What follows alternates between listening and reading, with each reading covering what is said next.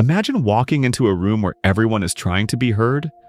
One person is talking louder than everyone else. Another is constantly interrupting. Someone else is desperately trying to prove they're the smartest person there. And then there's one person who barely says a word. Strangely, that's often the person everyone remembers. Here's something most people misunderstand. Being quiet is not the same as being weak. In fact, throughout history, some of the most influential leaders, entrepreneurs, strategists, and creators weren't the loudest people in the room. They were the ones who observed first and spoke with intention. Yet society constantly rewards noise. We're taught that confidence means speaking more, posting more, reacting faster, and always having something to say. So if you're naturally quiet, it can feel like you're already losing before you've even started. But what if that's completely backwards? Because hidden beneath silence is a form of power that most people never learn to recognize. And by the end of this video, you'll understand why quiet people often hold more influence than the people constantly demanding attention. Our brains are wired to notice movement and noise. Thousands of years ago, the loudest sound in the forest might have meant danger. Even today, our attention naturally gets pulled toward whatever is shouting the loudest. Social media has turned this instinct into an economy. The loudest opinions spread the fastest. The biggest reactions earn the most clicks. Everyone competes for attention, but attention and influence aren't the same thing. Think about it. A firework grabs your attention for a few seconds. The moon quietly controls the tides. Which one is actually more powerful? This is the first secret quiet people understand, even if they don't realize it themselves. Power doesn't always announce itself. Sometimes it simply exists. Here's where psychology becomes fascinating. Most people feel uncomfortable with silence. If a conversation suddenly goes quiet, someone usually rushes to fill the gap. Ever notice that? It's almost like silence makes people itch. Why? Because silence forces people to think, and thinking isn't something our brains enjoy doing for very long. So what happens? People begin revealing more than they intended. Negotiators know this. Therapists know this. Great interviewers know this. After asking an important question, they don't immediately speak again. They wait. That pause creates psychological pressure, and more often than not, the other person keeps talking, revealing information they never planned to share. Funny enough, silence has probably won more negotiations than shouting ever has. Who knew saying nothing could be such a persuasive strategy? But silence alone isn't the real advantage. Observation is. While everyone else is busy trying to impress others, quiet people are collecting data. They're noticing facial expressions, changes in tone, body language, who agrees with whom, who's pretending to be confident, and who's actually nervous. These tiny details create an incredibly accurate picture of what's really happening beneath the surface.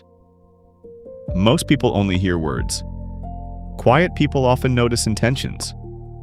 That's a massive competitive advantage because people rarely reveal who they are through what they say. They reveal themselves through everything else. Now here's where things become even more interesting. Have you ever noticed how people automatically lean in when someone speaks less?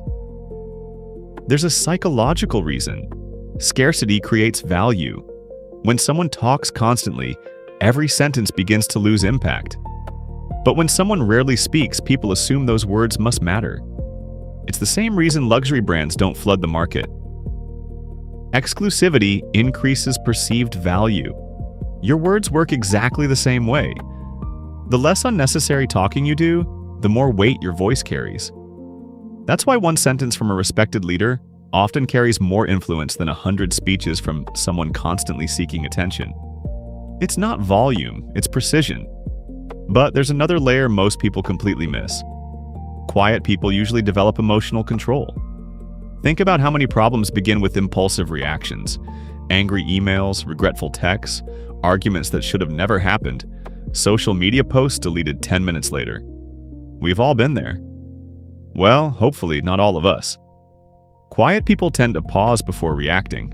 That pause allows logic to catch up with emotion. Neuroscientists call this response inhibition, the ability to resist immediate impulses in favor of better decisions.